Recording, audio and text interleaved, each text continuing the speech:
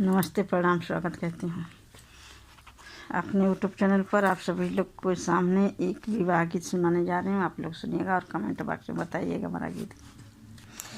नदिया किनारे बाबा किसका बाजन बाजे जी, किसको लूट नयाए सगरो बाराती जी, किसको लूट नयाए। नदिया किनारे बाबा के करबा जन बाजे जी, किसको लूट नयाए सगरो बाराती जी, किसको लूट नयाए सगरो बाराती जी। नदिया किनारे बेटी तू हर बाजन बाजे जी, तू के लूट नयाए सगरो बाराती जी, तू के लूट नयाए। नदिया किनारे बेटी तू हर बाजन बाजे जी, तू के लूट नयाए सगरो बाराती जी, तू के लूट नयाए।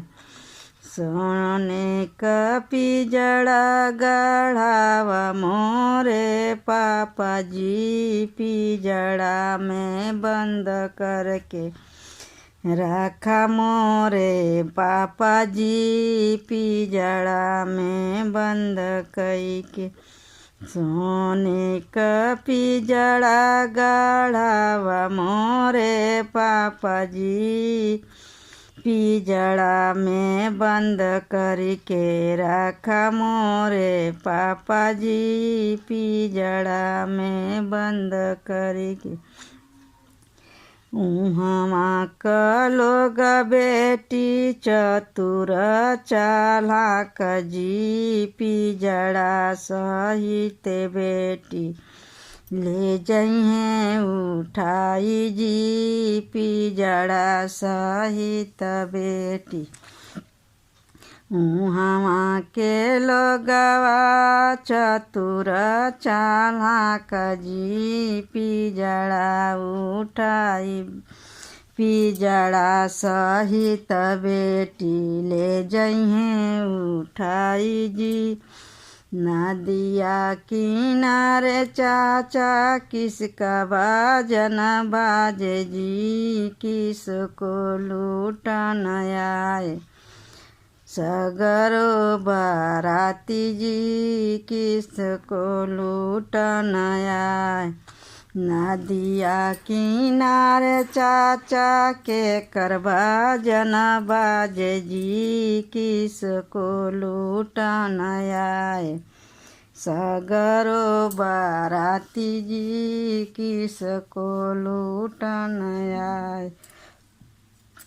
नदिया किनारे बेटी तू हर बाजन बाजे जी, तू के लूट नयाए सगरो बाराती जी, तू के लूट नयाए। सोने का पिजड़ा चाचा मो, सोने का पिजड़ा गढ़ावा मोरे चाचा जी, पिजड़ा में बंद करके रखा मोरे चाचा जी, पिजड़ा में बंद करके रखा मोरे चाचा जी।